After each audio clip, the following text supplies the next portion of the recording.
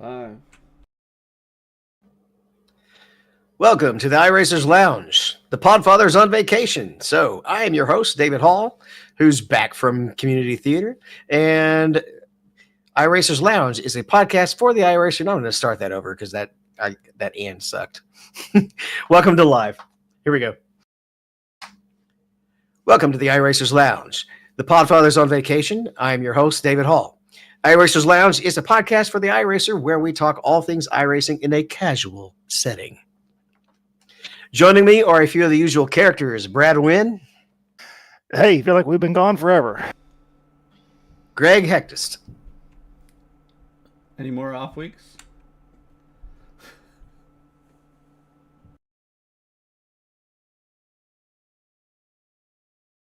Okay, there's not an introduction, I guess, then. It is. I'm looking at it. 459. Yeah. I see the orange, and I see show introduction, and then it's just blank. Do you see it, Greg? On today's show, we get an update on the NASCAR 25. Oh, how did I end up? It's on 460. Find out. That's next week.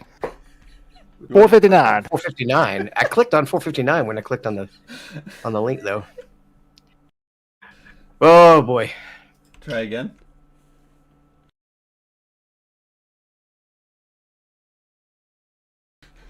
Mike's not allowed to go away ever again. It's a good thing you could edit. Yep. So I'm just going to start completely over, though, so that I don't feel have like to this edit. needs to go on TikTok. Or we just leave it all in. All right, starting from scratch. Welcome to the iRacers Lounge podcast. The Podfather's out on vacation. I am your host, David Hall. iRacers Lounge is a podcast for the iRacer where we talk all things iRacing in a casual setting. Joining me are the usual characters, Brad Wynn. Hey, feel like we've been gone forever. And Greg Hectus. I need another vacation. On today's show, we get an update on the NASCAR 25 console game. We find out which iRacer succeeded at the Skip Barber Scholarship Program. We see more hardware from the ADAC Sim Racing Expo. More warnings for Intel users. We show off a do-it-yourself shifter build. And if you're thinking about quitting sim racing, listen to us first. That's right, Dave. And remember that you can follow along with us on your PC or your mobile device in real time as you listen to the show and see for yourself all of the great topics and products we'll discuss by visiting iRacersLounge.com. Select the show notes. We hope to see you there. Well, being as it is the month of November, it's time for that Black Friday sale. That's the first thing we have up. It's 50% off for all new memberships and 25% off for renewals and reactivations. Go to iRacing.com/Black Friday. Yeah, I was telling Greg, I can remember years ago, it used to be 50% off for current memberships. That was always nice. I think like 2 days before this actually got posted, I got a reminder in the iRacer email that sends out reminding that your membership's coming up in a couple, I think it's a month or 2 months ahead. Yeah, mine always expires right at the end of November because I renew it right before with the Black Friday deal. I usually remember on our last episode that we've talked about it before it goes away. Well, if you know you're going to be playing for a regular amount of time, the 1 or 2 year deal is the way to go with the discount. Brad, tell us a little bit about the NASCAR 25 update. Yeah, so we got a Diary 2 update here. Kind of goes through talking some of the stakeholders that like we've seen before. Actually get a shot, and I was trying to get to it in the video of the garage. What looks like, I guess, looks like a screenshot, I guess, from the early development of the garage. But yeah, it just sounds good. I mean, again, just more updates. Dave Kamer. Get some talk from the NASCAR guys. Yeah, there's found it in the thing, but we can see a garage shot where they're working through the car and stuff. So again, I'm not a huge console guy. I'm not really sure if that's what everybody wants, but I guess it looks pretty good. that whole thing where they're just talking about it, like even like you were talking about there, that garage cut stream reminds me about all the Heat games or the EA games where you just it's just a filler screen when you're doing something on the console. But I'm looking really forward to what iRacing's um, take on a NASCAR game is that's not sim based. Like it's sim based, but they're kind of still gonna have an arcade base probably to it as well, feel to it. Um, but I want to know uh, what they do with it, because obviously we haven't seen any. We get the screenshot that's basic green screenshots for it, but we really haven't got anything too much on it. And I think we were talking in the chat that we might not get a trailer until 2025's paint schemes and things like that probably come out, because they're not going to use this year's.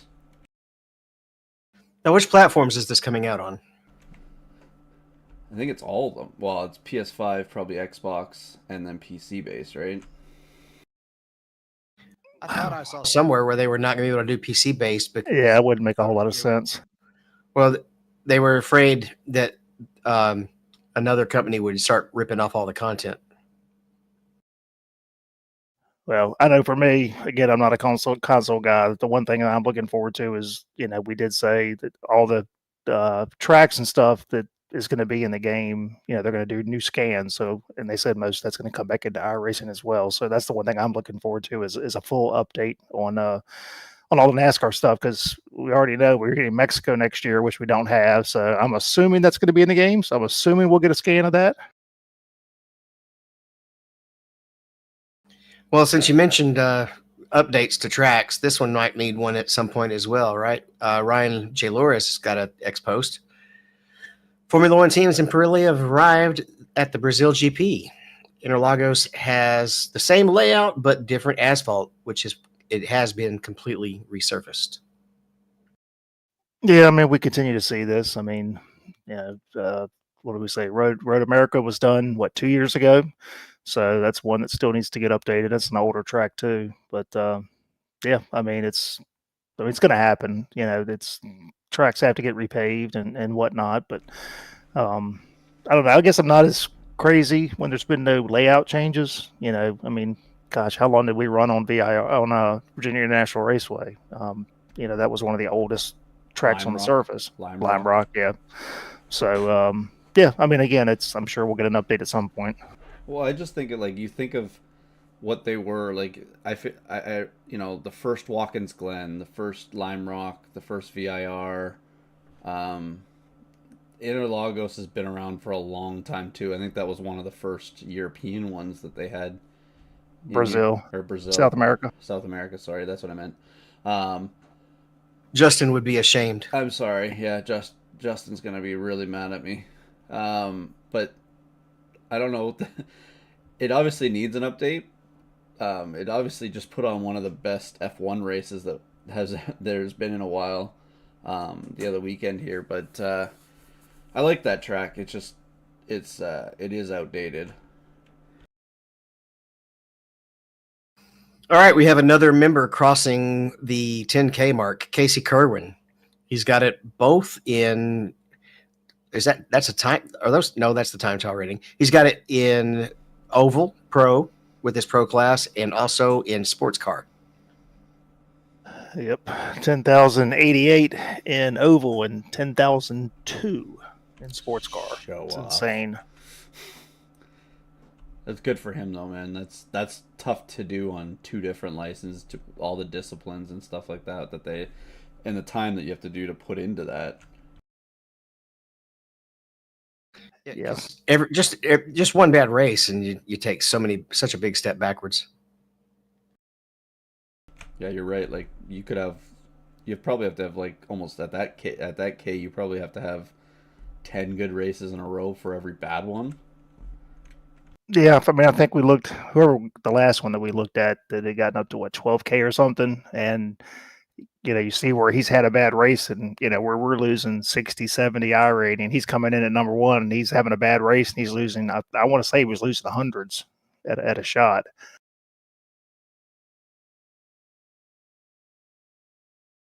All right, we have an iRacing staff member profile, Brad. Yep. So we hadn't had one of these in a little while. This is profile. This is Director of Development and Production. This is John Schneider. John came over from the Motorsport game, rather Monster Game. Sorry, Woo, that was bad.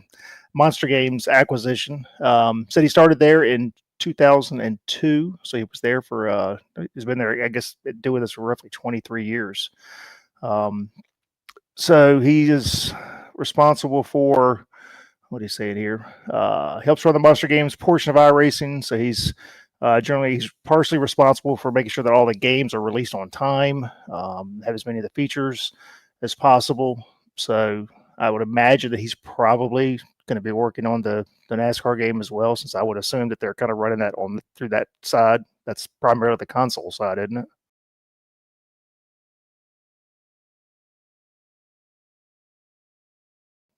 And no, yes, didn't they do the World of Outlaws? Monster you're talking about? Yeah. Yeah. It says up there, yeah, that he did do it. Okay. Like I imagine he'll be doing the working on the NASCAR 25. So, but yeah, I've been going all the way back since he's Dirt to Daytona was the very first project that he worked on. So, you know, it's got a screenshot there of him. Got a bunch of games there in the back. So NASCAR Heat stuff like that. So on the console side, but a veteran of the industry.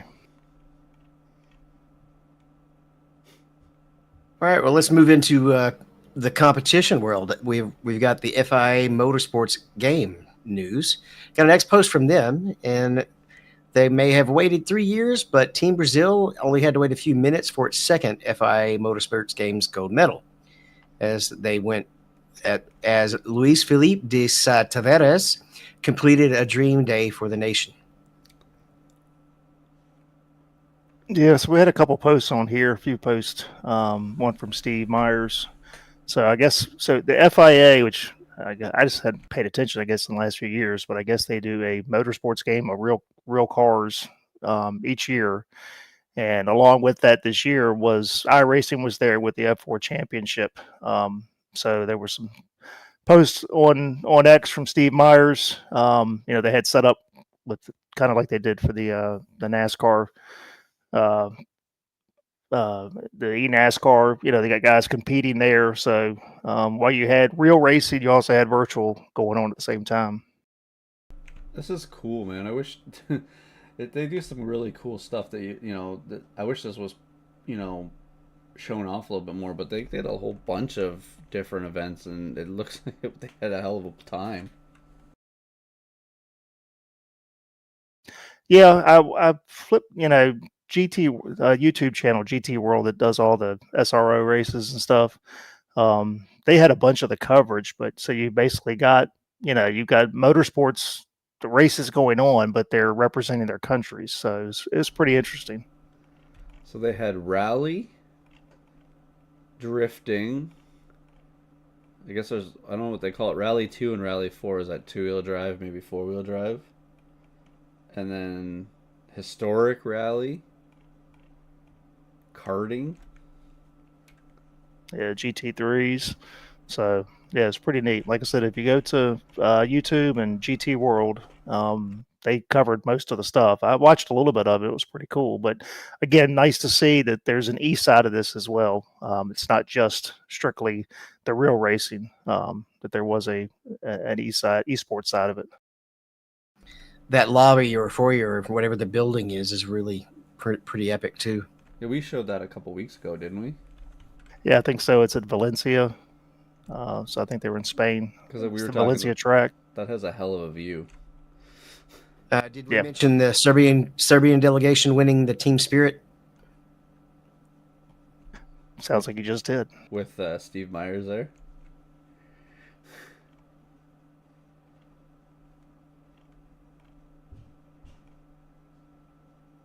All right. Next up, we're going to talk a little Skip Barber. 3 iRacers have earned the opportunity to race for Skip Barber. One of the names is pretty familiar. So then we have Victor Miranda, Ivan Machado, and Matt Busa. Yeah, so this all went down last week. Yeah. So the week of what was that? The last week in October. So they were at VIR, spent basically the week there competing to win this sponsorship for a full ride for next year. And was interesting. I saw a post on X from Matt Busa looking for somebody, if anybody that was within an hour or so of the track. They had a rig that he could use because he was running in the Contender Series on Tuesday. I guess that would have been the 29th last week. And I felt bad because I was actually out of town. I'm only 45 minutes from the track. Yeah, so Matt Busa was competing in this. We got a few posts here, but at the end of the day, Ivan or Machado of Spain ends up winning a full year seat in the 2025 Skip Barber Formula Racing Series. So super cool.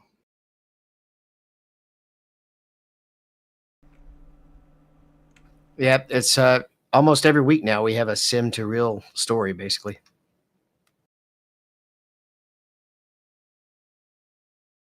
Okay, what's this next one we're talking about? NASCAR is linked to a new track in Saudi Arabia.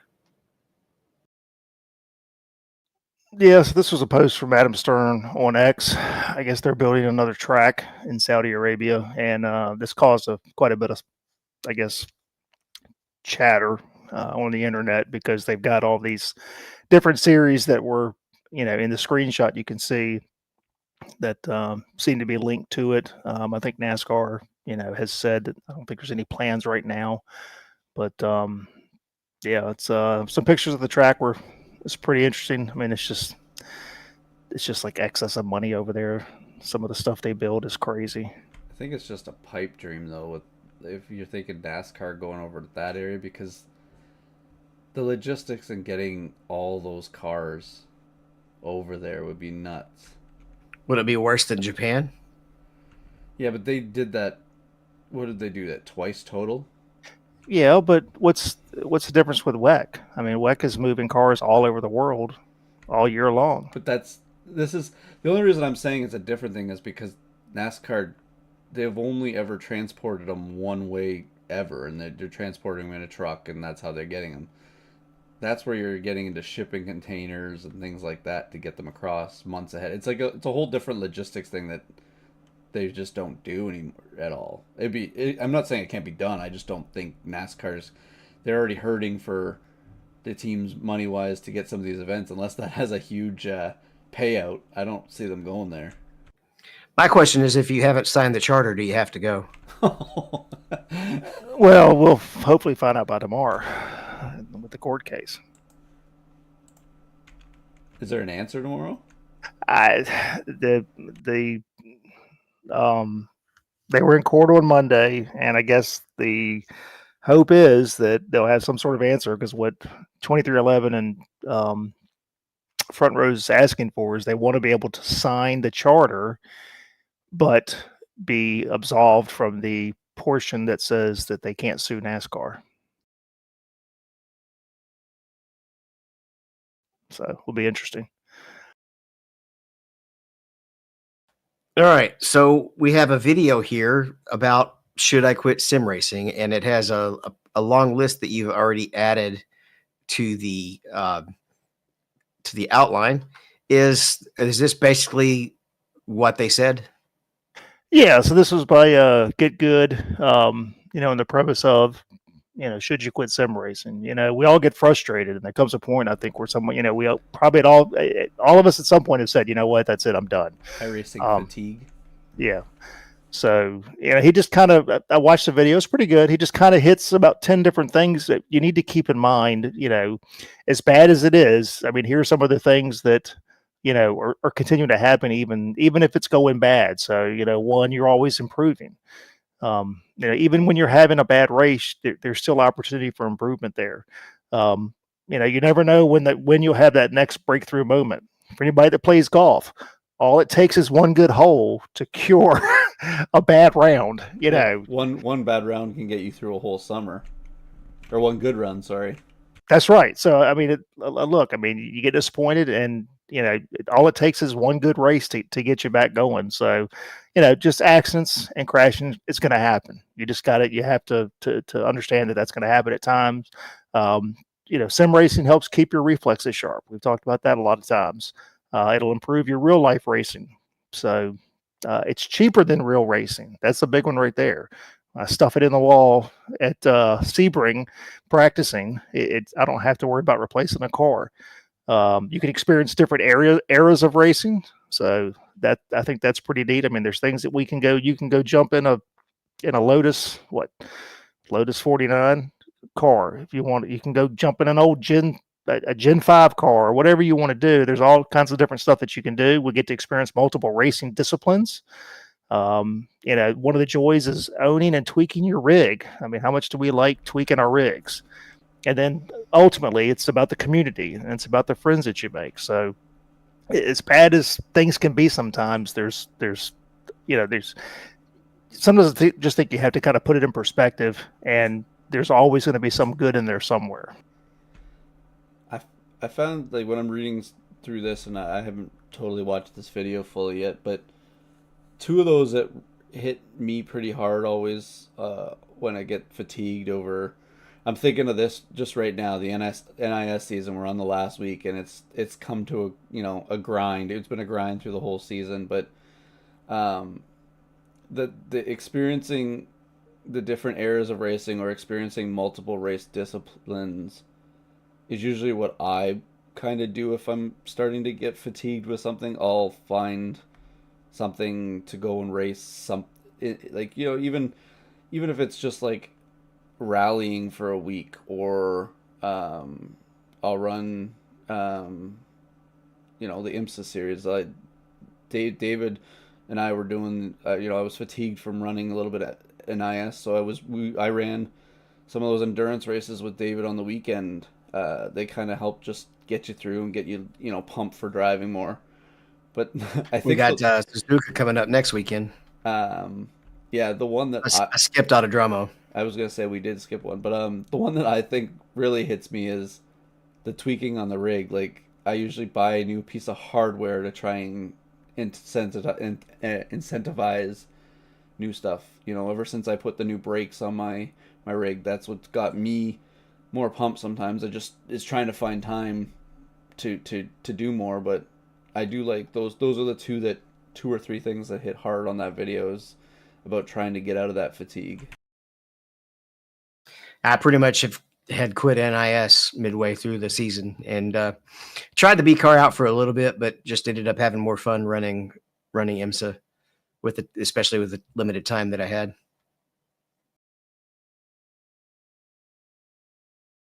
All right. So this next question is actually asking about a specific car, isn't it, Brad? About expecting an update for next season? Yeah. So we had a forum post from David Beatty about the USF Pro and the USF 2000. There apparently there's going to be some changes made to the real cars. They'll be more powerful. So looks like they're going to raise the revs on the rev limiter. Not a huge boost, but they said it does equal about 40 horsepower in the USF Pro, and then about 20 in the USF 2000. So we need to get these guys to talk to NASCAR.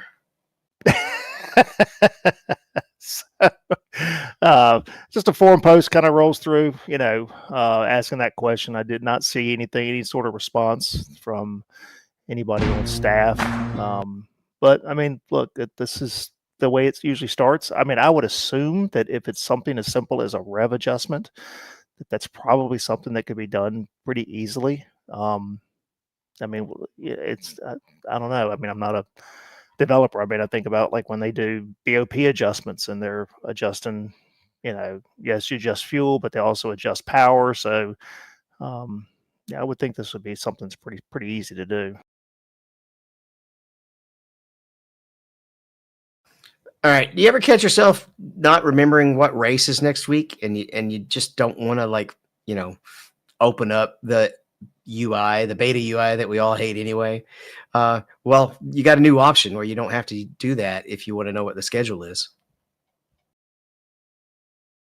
Well, I saw this post from Chris Roberts, Dave, and I thought about you because he's a VR guy and he's talking to Siri and asking all kinds of questions. So he's got a post on here, and I guess he's actually developed an app that's in beta. It allows you to connects to the iRacing API, and you can ask Siri different questions about iRacing and whatnot. But when I watched this video, I mean, I think he was actually using it somehow to, I think, to even chat in the game.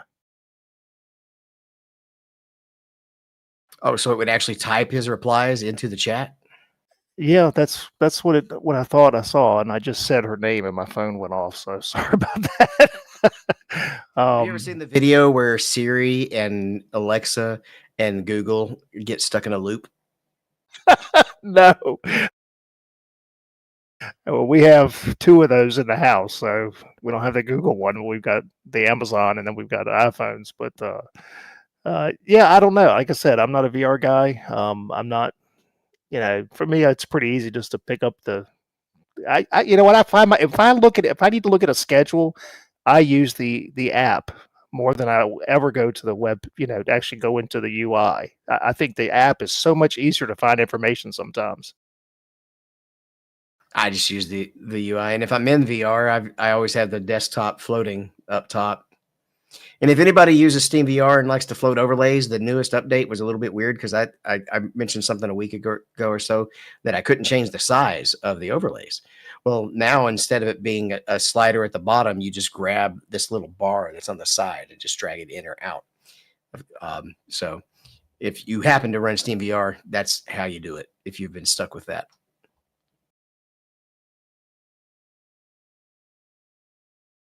Okay, this next one, I did watch this video, and it basically just looks like a nightmare at Martinsville.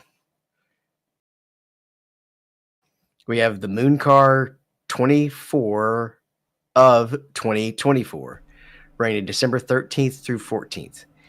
And so what I'm wondering on this, it looked like the damage model was on, but I'm guessing that they're just, I don't know if cautions are going to be on. There's not really any details yet or not, but it looks like they're going to try to do 24 hours of Martinsville in one of the smaller sports cars, like an MX-5 or something.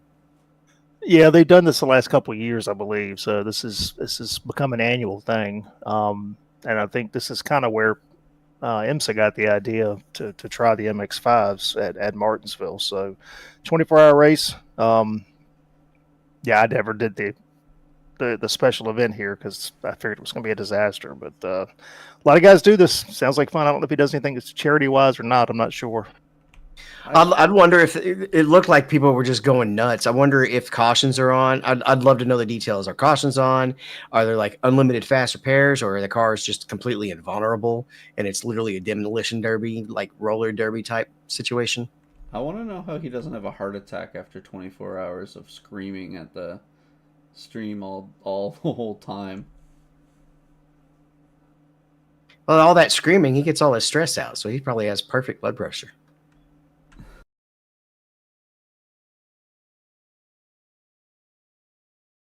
All right, so the next item is IMSA Esports Global Championship teams.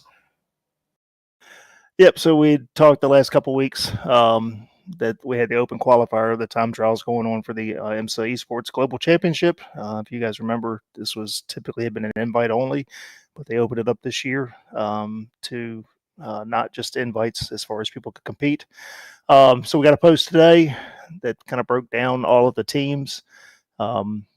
A lot of the normal ones you'd expect, Apex, Williams, BS and Turner, all of the normal ones we'd see on here. So Team Redline. But I was listening to a different podcast today, and they were talking about, I guess some teams had first pick in their cars, but the way that they were doing this is depending on who picked what. Some teams, in order to get a balance of the car makes, there were going to be some teams that were basically going to be forced to drive a car that they may not want.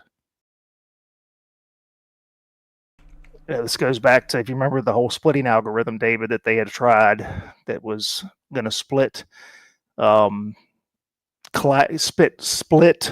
car makes more evenly across them, and there was issues with that. Yeah, they do have it work where it's at least splitting the classes more evenly, so that you don't have a giant LMP2 class in the top split and then nothing in the second split. But yeah, I don't know how I'd feel about that or not, getting stuck in a car that I'm not comfortable in. But I guess at some point you drive whatever you can get in real life, right? If you're a real life racer and Ford says, "Hey, yeah, we'll put you in a car," they'll put you in it. Yeah, I mean, and again, I mean, most of these are this is the top of the hill when it comes to esport teams. Yeah, these are the guys where what they do is they test every one of them and find out which one is a tenth faster. That's why we have to have the BOPs. Yep. Yeah, I mean, like, if you go on to Apex, I think it's Apes, is it Apex Racing? On their Twitter feed every week they do a BOP post. So somebody goes in and actually ranks the cars every week. So depending on which car is quickest every week for IMSA. Team Redline's always in a BMW, and I think Williams is too.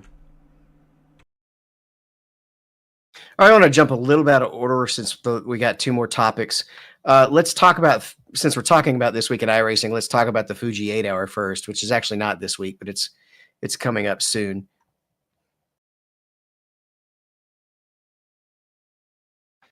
So Yep. This is November 15th through 17th. Right, so it's not this weekend, but the following weekend. It's going to have the 5 time slots instead of the 4 time slots, since it's only 8 hours. And almost everything else is the same things always. D class, a certain warm up of 30 minutes, field size 50. I'm looking for the drive through limit is 40 instants and 20 every after all of those, and it's GT3 only. Hey, good news! I have that track now. I do too. I ran it when IMSA was there. Yeah, so did I. So except then didn't we do the but when we ran the endurance it was all dry. Yeah. I remember there's that. So we have a little conundrum. Do we want to run the Suzuka 6-hour or this 8-hour? Or both? Oh, God. I'm up to try to plug in for this one. So All right, I'll be in touch on that. But that's the one special event. And then what else is going on this week, Brad? we've got most of the normal stuff. This will be the last week for the NASCAR iRacing series. We'll finish out at Phoenix. And this week 30. Good riddance. 30, was it 38? Is that right? 36. So 38 weeks technically. Yeah. So we got the Sim Magic FIA F4 Esports Regional Tours continue. The Americas are at Lime Rock. Asia Pacific is at Tuscuba Circuit, and I'm not saying that right. Europe is at Autodromo Internazionale Enzo Dino Ferrari, and then the Challenge Series, which is the fixed, is at Tuscus.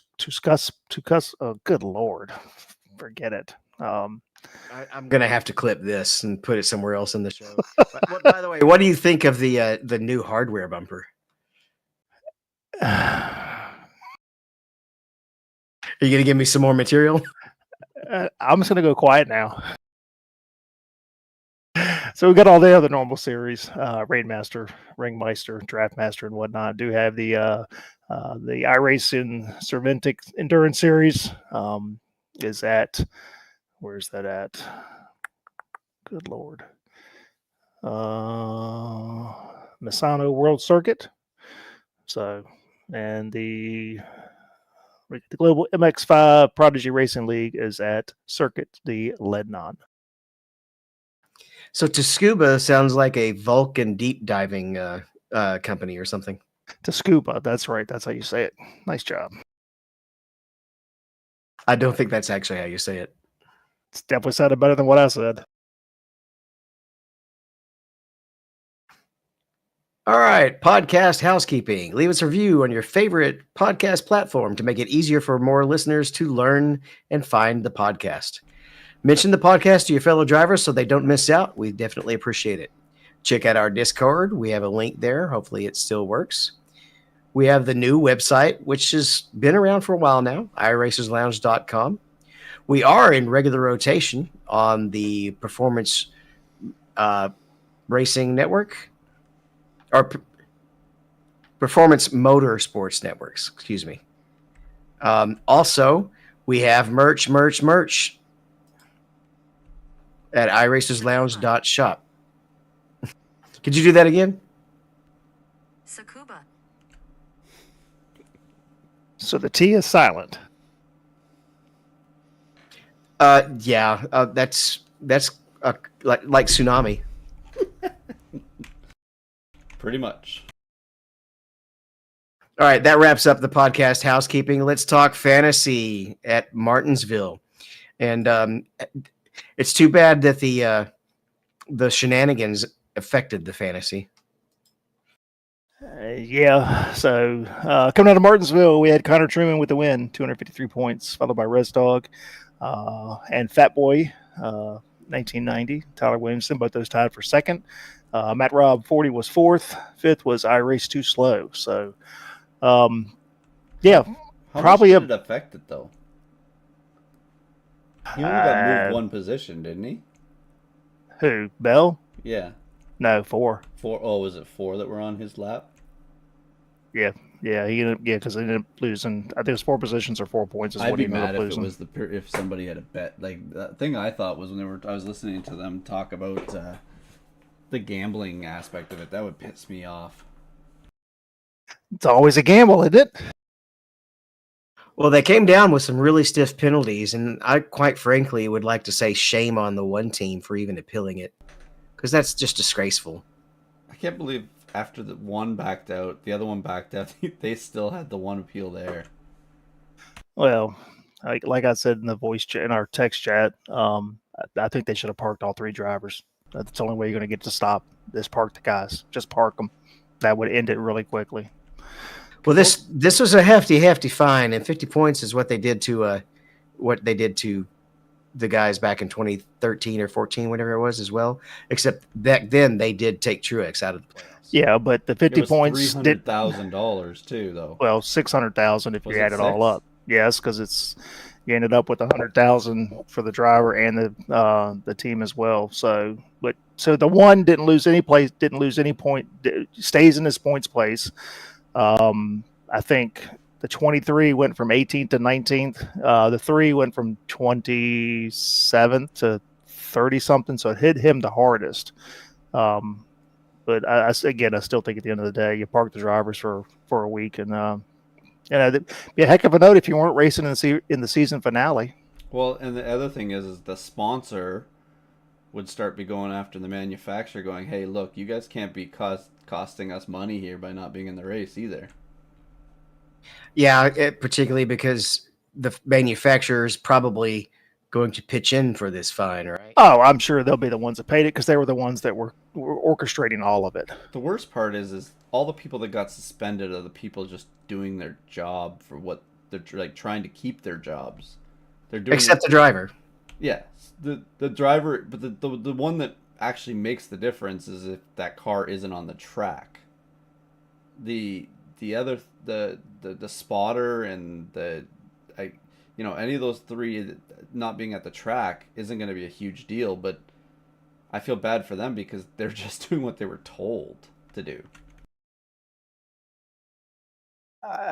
Look, that crew chief is the leader, and that spotter is his eyes and ears. So it's just again, like I said, I think you park the drivers, and I think it'll go away in a hurry. But none of those guys, like, what's the crew chief gonna go? Hey, when Chevy or Toyota goes, hey, do this, and the crew chief says, no, I'm not doing that.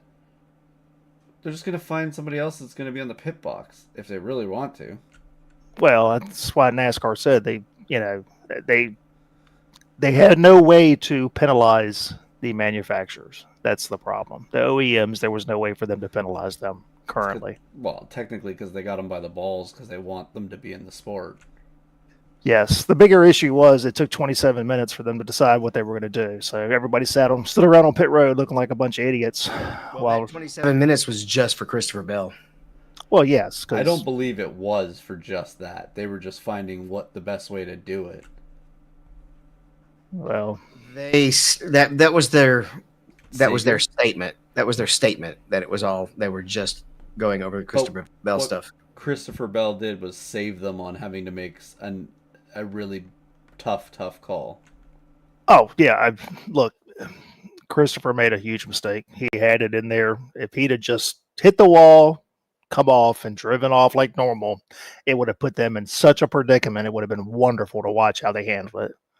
Well, let's do a little what if. If he didn't hit the wall, then there was no difference in what the 23 did versus the 1 and the 3. Well, it would have forced NASCAR to make a decision at the track instead of 3 days later or 2 days later. Correct. Again, like Greg said, him doing the Hail Melon, Half a Hail Melon. or whatever. It really took the heat off of NASCAR as usual. Somehow they get their heinies pulled out of the freaking fire every time.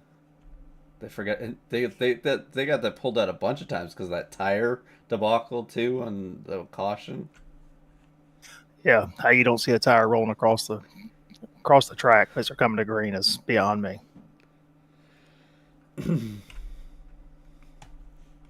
All right, so after Martinsville, we got one race left. Playoff standings: we've got Team Dewan in the lead with 1865, followed by Race Too Slow in second. We've got Race Addict third, fourth is Shane 7272, and then fifth is Dollar Cents. And then overall is Canadian still in the lead, Dollar Cents second, Connor Truman third, fourth is Res Dog, fifth is NASCAR Jedi 2, and Fat Boy 1990 is up to sixth. Tyler, go ahead. We have picked. Secret is. Yeah, I don't know. I've been horrible. The weeks where I think I've picked a good spot, something happens. So he's a better fantasy driver than he is on iRacing because we don't see him on iRacing much anymore. Maybe so. All right, so Penske's got 50% chance of winning. Who gets the win? I'm voting with my heart, Blaney. Yeah, I think it's either Blaney or Logano. Something tells me that 24 car is going to become hopped up on all the Hendrick learning from that all the season. I have a feeling that car is going to be great. I just don't see. I feel like Tyler Reddick's going to screw up because he can't handle the pressure. Joey Logano and like it's good. I think it'll come down to those three. It'll be the 12, the 22, and the 24. Well, 24 was fast last year here, the final race, but then just didn't have the speed during the race. Long run speed. Yeah, Blaney long run was good speed. on them, and that's what I'm afraid too might happen. Is Blaney's been good on the long runs all year long. It's going to be interesting, that's for certain. So a lot of chit chat about this playoff formula. I doubt we see anything for 25, but I really hope they do something for 26 because what we've got right now doesn't work. Did you hear Harvick's idea for the horrible? It was interesting, but no team, even in any stick and ball sports, you don't get a bye to the championship when you win the regular season or like the highest team. You get a better seeding. That's it. Yeah, well, he said to take basically the top four, and they would get an automatic bye into each round with the season, with the regular season winner automatically getting the bye into the final round. But like second, we get all the way to the round of 8. Third, we get to the round of 12, and whatnot. Just that's a horrible idea. So technically, in your first, you already have 4 in when you would start the playoffs, and you would have 12 racing for the remainder 8 spots. Have we had a regular season winner not make it to the 12? No one that's won the regular season hasn't. It's not the 12. It's usually the 8. They've gone out in the 8th and the 4. You mean the regular season champion? Yeah. Yeah. All this is happening because when you get down to this playoff format, it comes down to if you're good at those 3 races instead of good at a season. I think what they have right now is right for it. Like, the regular season champion gets extra points to help them through it. There's not much more you can do. You can't give them a bye. You could give them a bye for the first round, but they still have usually if you win the championship, you get a bye. You're going to be making it through the first round anyways. Yeah, it's just again, I still just don't like it coming down to one race. So as much as I hated the chase, I'd rather go back to a 10 race playoff or something. Let take 10 races and however it shakes out, that's better than what we've got now. I mean, personally, I'd rather have a full season, but that's just never going to happen again. They need to go to a different track each year too. You can't be having the championship at the same track if you're going to be it come down to one race. The Super Bowl's not held in the same field every year. But the comparison doesn't matter because every football field is the same dimensions. Every baseball field is the same dimensions. But Every basketball course okay, the same dimensions. yeah, but in football or baseball, it's also weather dependent too. That's the only variable, Baseball's though. not the same. Baseball's not the same dimensions. Well, it's very close, though. I mean, it's there. You're not. Yeah. It just needs to be a different, like, find 4 tracks and rotate them every 4 years or whatever.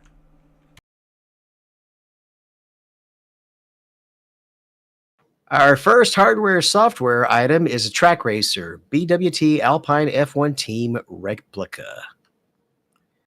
And it's got a screen, it's got a bunch of knobs, it's got some paddles. Okay, cool. Next. So this was a couple Holy things that crap. were. Mike's gonna listen to this and go, "What did I think? What do we do?" So these were some carryovers from the Sim Racing Expo. Track Racer released quite a bit. Has got a lot of new stuff coming. So this is a replica of the Alpine F1 wheel. I'm sure it's going to be stupid expensive. It does look, it is what it is. But Track Racers, yeah, I guess they're working on their own direct drive unit as well. So just again, kind of following out some of the stuff that was talked about at the ADAC. I can't believe that that Alpine is getting a replica wheel. Of all the things I would think of, as Alpine's not the one that I would be thinking getting a replica. Well, from a manufacturer, I'm sure the licensing is probably cheaper. I don't know. It's a very, very French company, right?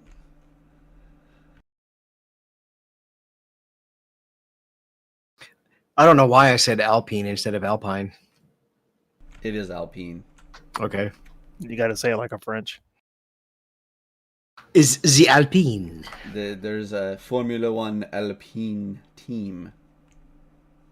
You probably could put on the best French accent, being from Canada. Because I'm from Canada doesn't mean they don't even want to be part of Canada. I'm not even getting into this.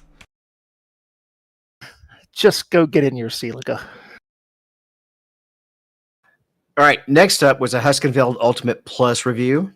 I did catch the ending of this, and when he asked if he would recommend buying it, if it was worth it, he said yes, but it is expensive. He recommends if you're if you're new to the hobby, probably wouldn't want to go with something like this to start. But if you want to future-proof yourself, once you know what you're going to be in the hobby, it's a good buy. What else did he talk about in it, Brad? Just kind of, it's a long-term review, so he kind of walked through a lot of the stuff. I mean, Huskenfeld's been around for a long time. The pedal set he's got it's obviously a little bit older, because one of the things he complains about is I have a set of Ultimates, and with the newer ones, I don't think he's got the base plate, because he complained about where he had to kind of monkey where he put the controller box underneath it with a piece of like MDF to try to hold it up there. If you buy the base plate, the control box will mount underneath the base plate, nice and neat, very clean. So I've got a set. When I was on the sim years ago, this was like the dream set. So this time I said, you know what, screw it, I'm buying them. I love them.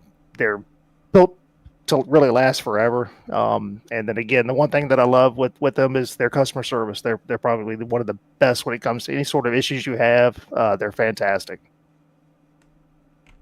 They're the highest, like, we're considered one of the higher end load cell pedal companies. Yeah. I mean, like the Simpsons, the Mike Scott. I mean, there's all kinds of, you got the knockoffs now, but these kind of were the original load cells. When I built the rig, I bought the Sprints and ended up selling the Sprints. I ended up picking up a used set of Ultimates but they're great. Reached out to Huskenfeld, needed a few things. They're like, "Yep, we'll send it to you," and on my way. I'm looking at the one part of the video here. Is that their own hardware too, or software too, that they run Yes. off of? Yeah. Yeah, and what's nice with that is they've got where you can do all of the normal setting stuff, but then they also have what's it called? There's Smart Control Live, which allows you can actually, like, if you want to switch profiles, you can have a hotkey to switch profiles, whether it be on the gas, the brake, the clutch, or any of that stuff. So if you go to, like, one of the suggestions is if you're in a race and it switches to rain, you can load a rain profile that will have adjustments made to the gas and the brake to make it a little bit easier just by having a hotkey assigned to a button box or your keyboard or anything. That's pretty cool. That's actually a smart idea to do it for if you're that in tune of how you want to set your pedals up. Or you turn the traction control up like the rest of us. Well, but I mean, I don't do it, but I mean, whether it's adjusting your throttle mappings, it's again, It might be the reason why we're at certain speed and some people are better than us. I don't know. Some people is the correct statement. Most people. Lots of people are better than us. I was trying to ease it, David. All right. Next, we have a rim from Moza, and it has pedals and buttons and knobs. Oh my! No, actually, this is actually pretty epic, and we have a lot of posts. I don't know if we're going to cover every video or not, but we have them all linked. But I'm just going to go ahead and read their X post. Introducing the Moza Racing X Automobili Lamborghini Squadra Course, Lamborghini SCL Events SCV2 Sim Racing Steering Wheel. That hurt. Now available. It's built using the original CAD files but then optimized for sim racing. It's an officially licensed replica wheel for Lambo, and it's made from top tier materials, exceptional craftsmanship, transforming your sim racing experience with authentic Automobili Lamborghini, that is Lamborghini, right? Squadra Course racing performance. And they've got a really nice little 30-second promo video that does a real good job of showing it off. You know how we were talking earlier about fatigue? If I ever start getting into the wanting a direct drive wheel, I have a feeling Moza is like one of the companies I'm definitely considering going to. But this is a really nice rim for what it is. And it actually looks a little bit better than a lot of them. It looks real 3-dimensional instead of flat. I guess that's what draws my eyes to it. Wheel though, like they do all some crazy crafting for all their cars and stuff like that. Yeah, so we've got a bunch of different reviews here. We got a couple from the Sim Pit. We've got whatever his name is, I can't think of it now, but Karith, there you go, and then OC Sim Racing.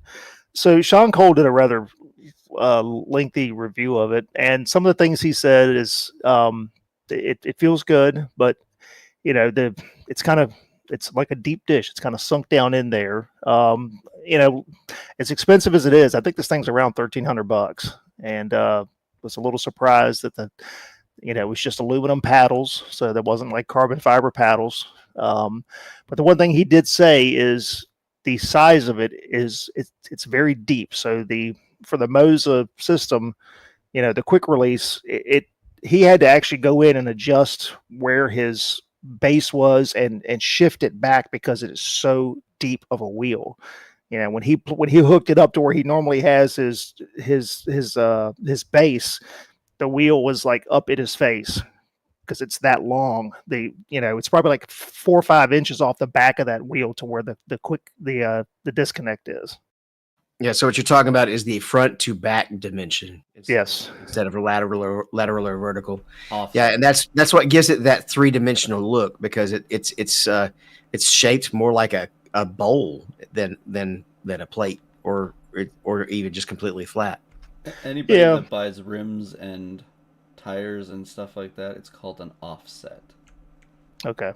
So one of the things he said was like the you see there the buttons, like the yellow and the green and the red, they're not backlit, which is kind of a surprise. But my guess is the ones in the real car are not. So since this is not based off a race car steering wheel. This is off of whatever this Lamborghini, which is a production car you can buy. It's like $1 million. Um, but yeah, I mean it's I don't know, not for me. A production car comes with that wheel. Yeah. That's what I was saying.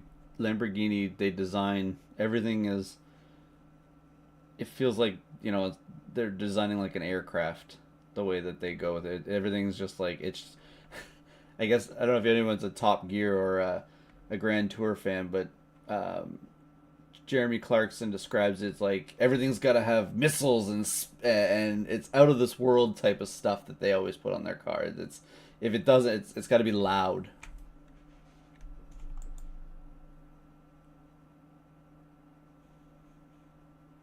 All right. So if you're running Windows 11 24H2, you might run into an issue with Easy Anti-Cheat.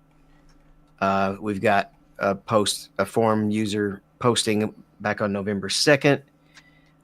Did they resolve it, Brad? It says up here in the top it's resolved. I'm kind of flipping through here. I guess Microsoft and Easy Anti-Cheat were working to resolve it. So I have not done a Windows update probably in a few weeks because I've heard some horror stories and I'm even too scared to go even and see if I need to. I don't even know where I'm at. I've been too scared to even go to look because I didn't want to have it sit there and stare at me. I've done them the last couple weeks. No issues. Nope, I haven't any problem. I've updated all of them. Okay. And again, look, it's Microsoft can release an update and it can work fine for 90% of the population, but there's always going to be some computers that are going to have issues. It's just the way it is.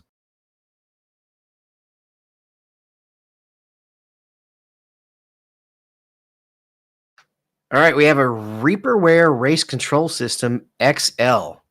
And this is a button box combined with a Stream Deck type getup. So is it actually Stream Deck or is it just single buttons that don't change?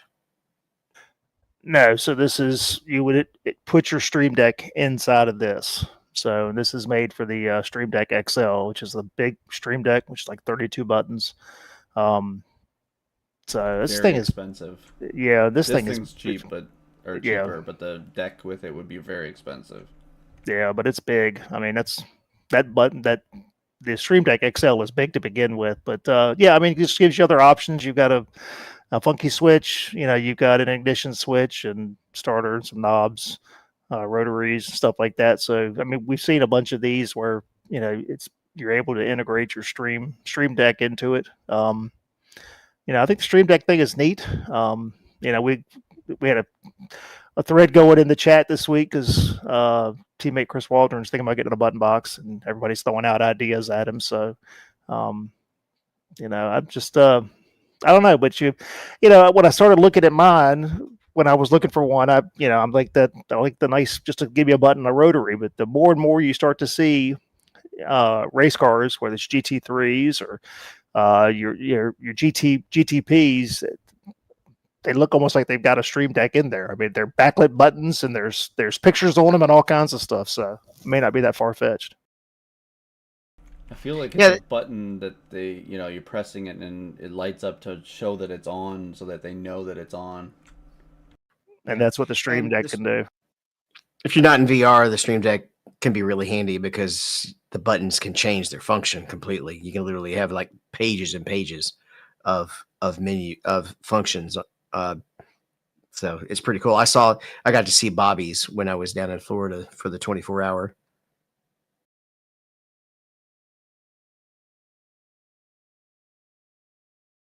All right, so we've got a warning from iRacing about some Intel issues. Yeah, so this was a post on X in regards to what we talked before about the 13th and 14th gen CPUs. So we talked a while back, I guess probably during the summer about some voltage issues that Intel was having, and people were ending up with cooked processors. So Microsoft, I know, pushed out some BIOS updates. I run a Asus motherboard. I think I updated mine like maybe the end of August, but I need to go back in and check. So if you're running 13th or 14th gen Intel CPU, you need to check your motherboard manufacturer and see if you've got an updated BIOS, because there was some bad stuff that could happen. Just think it's interesting that iRacing finally makes a note of this. That's really the why that I brought it out, because I haven't heard anybody say anything about it in a while.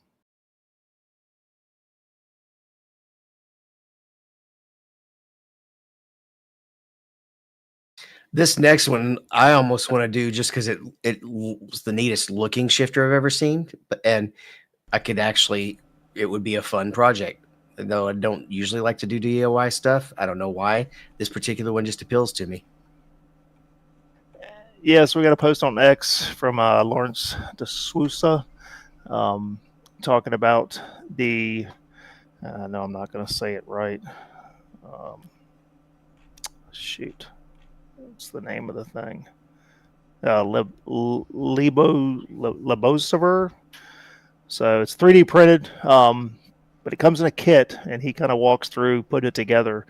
It's pretty neat. I mean, you can see the internal gears as they're moving. We'll do H pattern. It will also do sequential.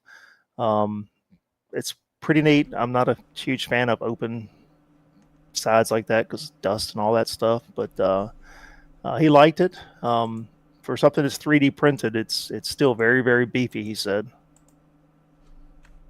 So is it basically it's just not assembled, but you get all the parts all in one bundle? You don't have to assemble all the parts, collect all the parts yourself? Yeah, you can buy it basically as a box. And I think I think they sell the files to where if you want to, you can print it yourself, or you can basically buy all of the stuff already printed, and then you just have to assemble it. I feel like this is something Kyle should try. I started saying we could get Kyle to send us the 3D printed parts and just get the other kit, get the rest of the kit from the company. Do they have a price? This looks like you have a transmission. You're gonna be like it's the whole piece. It looks like it's come out of the car. Well, that's what he talks about. I mean, that's kind of the way it feels. He said it's it's like a transfer case. I mean, it's just the way it is. I mean, you can hear clunk, clunk, clunk, clunk. Just I'm like trying to Dave was find a saying, I'm price. kind of interested in the way this looks too. Like it just looks like a cool shifter in a project.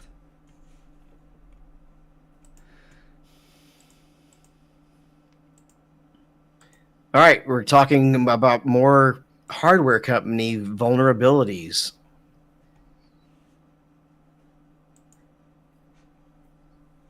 Yeah, so we had a post on the forums from Nicholas Palis about it. NVIDIA GeForce users must update their GPU drivers. So I guess there's some sort of vulnerability. Companies finding ways to hack into systems and exploit your systems. So I updated mine last night. I hadn't updated mine in a while anyway. I try not to do a whole lot of GPU updates just because if it ain't broke, ain't no reason to fix it. But I did go ahead and update mine. So when we see things like this, we try to throw it out there. I know that some of our listeners are probably smarter than us when it comes to this stuff. So, just give you the information, and you do what you want to do with it. Because I play a lot of other games, I'm always updating it just because the anything new that comes out, they add stuff to it. So, but yeah, it's always I find that the drivers for it doesn't really benefit. Like Nvidia's stuff isn't really benefiting. There's not much changing with iRacing and stuff all the time. But if you're like a huge gamer, it's good to always have it updated. Yeah, and I'm probably gonna end up going in and doing a little bit of tweaking because I updated mine, and I noticed my frames per second dropped a little bit. I was a little surprised.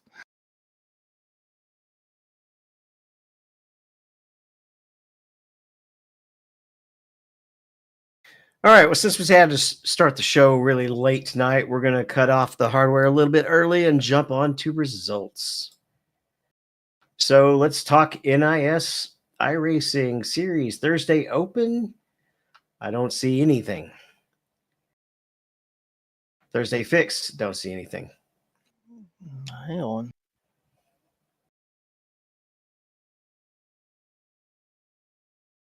Or is this you got Homestead above Martinsville? Is that what we did? Yeah, it's just 2 weeks on here. So it's backwards. So there we go. Thursday Open Martinsville. Mike came in P27, top split out of 32. Oh, he was car 27, but he came in P14. Doesn't look like anybody else ran. Nobody ran the Thursday Fixed.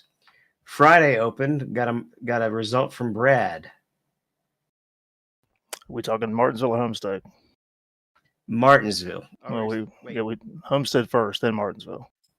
This is how out of touch I've been with NIS. I got you. I got you. Okay, so now back to Friday Open Homestead. Mike came in P17. He tried to do a one-stop strategy, but the yellow came out and ruined it. He had to take the wave around and was 30th somehow. After that, he was able to cycle around to 7th. He was running 7th on a restart with 5 to go, and a guy dived on the inside. Gave him room, but he still doored me and fell back to finish P17. Brad, you did get a result. Yeah, P19. So it's better than the prior race, but we were on the wrong pit strategy. And then when Mike I got up, I guess, to about 10th or something. It wasn't too far from behind Mike, but when he that guy got into him, there was a huge checkup, and we lost tons of momentum and all kind of fell back. So just it is what it was. All right, Chris also ran P14, tough track. Race was caution-free for the first half. Second half, the yellow came out frequently. Was involved in a spin with less than 30 to go. After a quick minor repair in tires, I was able to go from 28th to 14th. And then Sunday Open Homestead, we had Tony run. He ran P2. Only had 2 cautions and speed on long runs. Ran green 70th laps with green flag stops.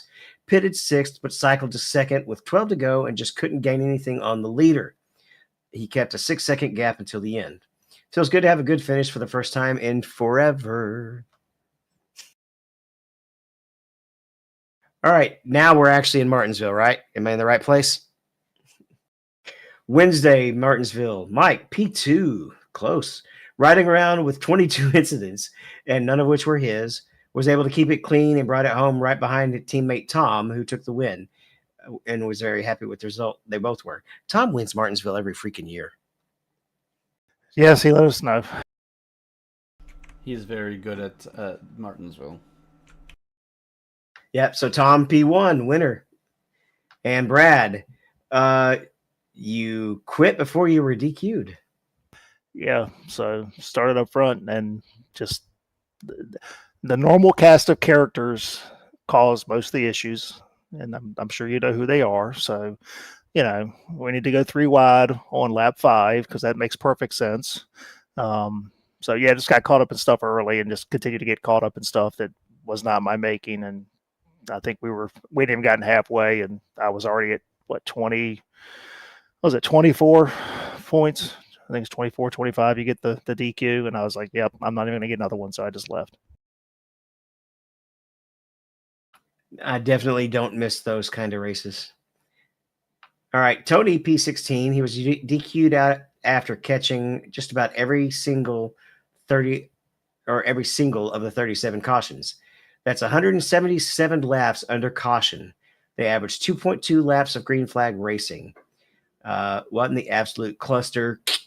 Not just my split, but every split had at least 20 cautions. It's not that hard to drive this track.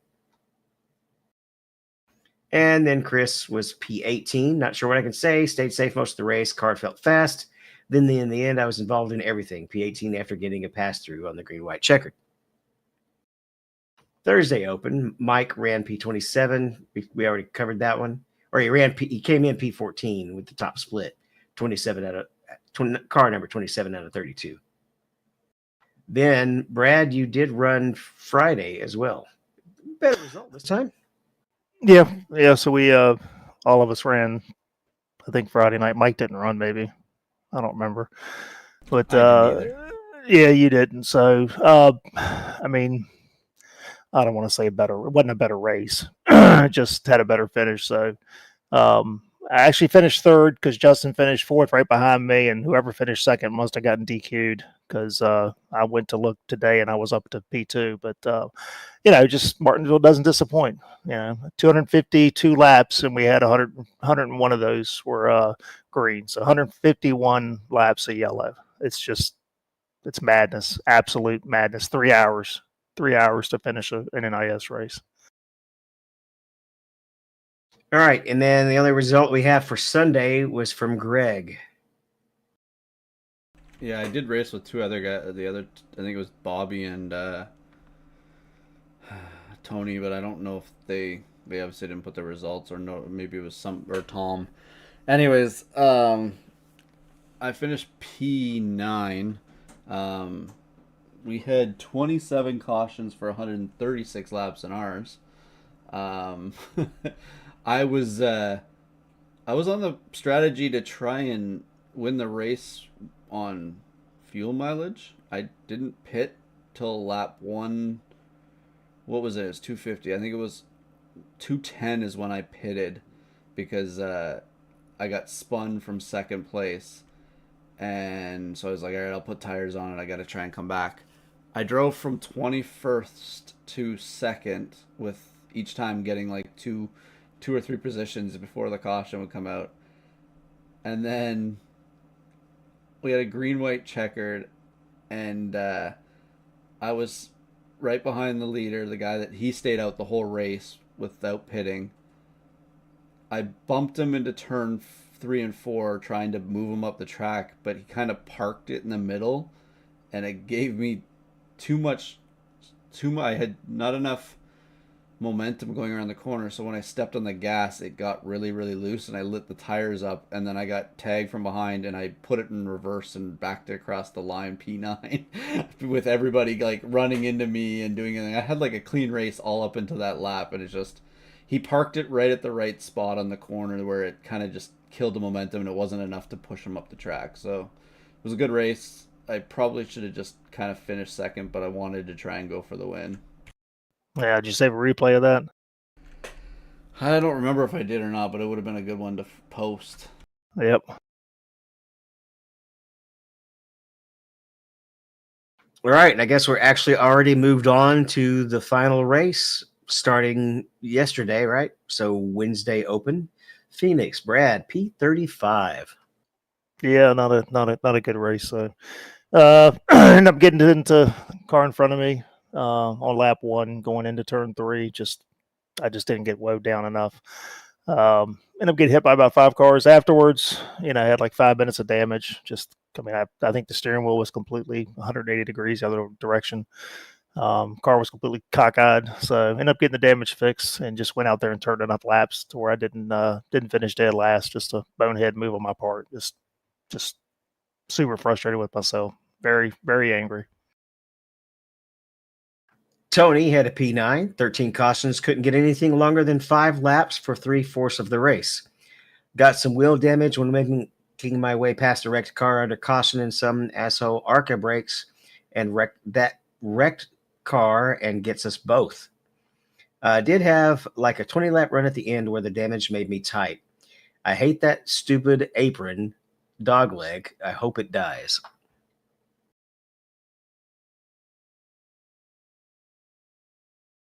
All right. I did run a couple of IMSA races this week at not Road America, Sebring, which is pretty much one of my favorite tracks. I think my highest finish has been 3rd so far, and I was fighting for the win this afternoon and spun out at Tower, I think, with like 2 laps to go. Just couldn't catch the guy and started trying too hard. Mike did run some FIA F4. He had a P11 out of 14 at Barber Motorsports Park, qualified 10th. Got ran over from behind with big time meatball. Came out dead. Then he worked his way, or he came out dead last, worked his way back up to finish P11. Second attempt, qualified fifth, got side by side with the guy on lap 2. He didn't realize I was there and ran us into the wall.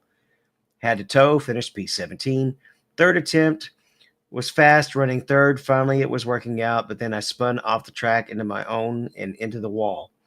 Had to get repaired, came in dead last, all the way back, finished 7th. It is my best run so far. Fourth attempt was P8, which gave him 69 points after getting ran over from behind on lap 4. All right, Brad, you ran some B Open? Yeah, I ran a Phoenix race. Started, ended up finishing 19th, started P10. So lap 4 coming through the, I guess, coming towards the checker or the start finish line, and I'm on the outside, and the guy just keeps coming, keeps coming, and I'm like, I'm out here, I'm out here, and just plows me in the wall. He then alt F4s out immediately, so just stupid. Spend the next 50 laps getting the damage fixed, getting back on the lead lap, just to drive up to 12th. We get a green white checkered, and somebody loses it coming off a 2, and tire backstretch is blocked, and just get destroyed. End up finishing 19th. So just a very frustrating track. I can never get a good run in here. I usually run very good, but just end up getting caught up in other people's crap. So, I was just reading something on. I'll put it in the thoughts. Are we done? Are we got more results left? Yes, we do. So, Brad, P3 at Interlagos. Yep, GTD and Interlagos. I like this track. I've got a win here last season. Had a really good battle for P2 as the laps were kind of winding down. But what frustrates me more than anything is to have, me and P2 are fighting for position. I mean, we're side by side, we're changing, and here comes a GTP that's running in like 12th place, and he's just got to get past us, and that just screwed our race. So just that super frustrating. Opportunity to get a P2, and then he's got to get in the middle of us, and the guy ends up getting away by 2 seconds because I've got to deal with an idiot.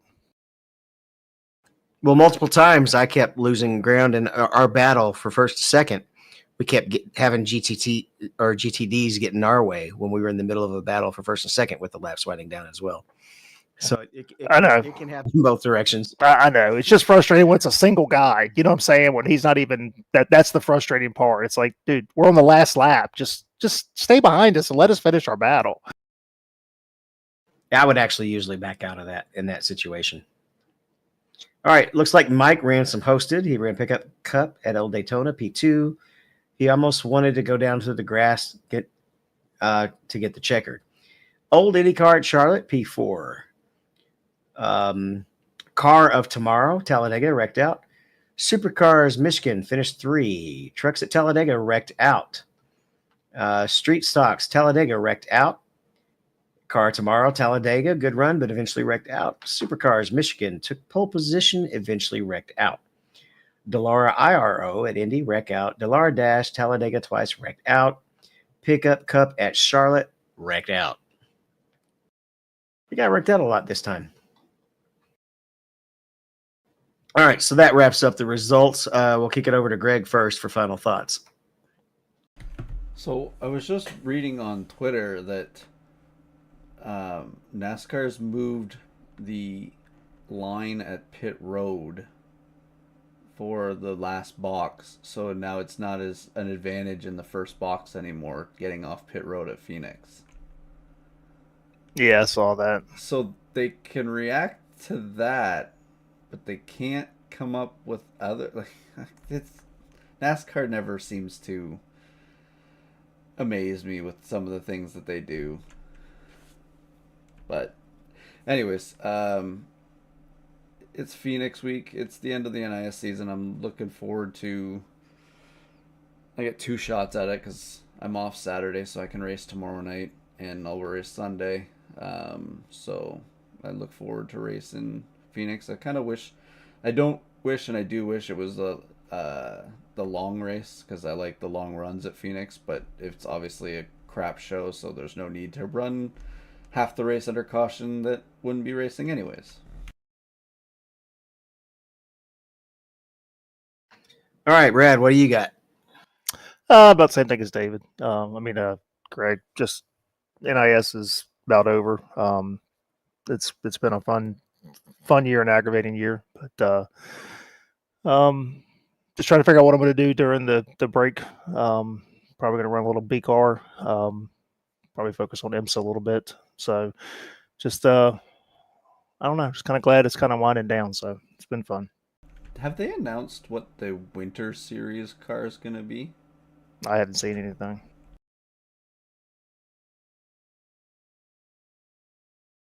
All right. Well, I don't have a whole lot to say. I've been definitely a little bit on sort of vacation, not vacation so much, but not racing as much. Just the occasional IMSAs here. If I like the track, I kind of skipped Interlagos. I will run Sebring as many times as I can because I have the best shot at a win there. Unusual week with Mike actually just taking a week off. He's been sending us some pictures from his travels. He'll be back next week. And we look forward to seeing everybody on the track later.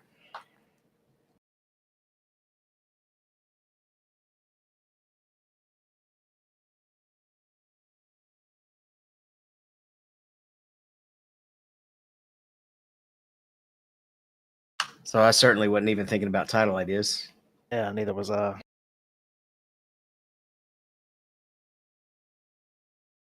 Give us something, Greg. I'm just scrolling back up through Deep the notes. dish? Ah, yeah. What did you say? Deep dish. Deep dish. Deep dish.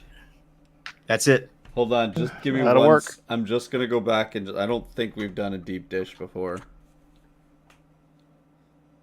I don't care if we have. That one's Yeah, it's going fine. in again. We're good.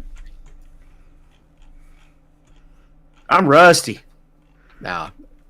It's been a really rough week. Are we off stream? Yeah, we're off stream.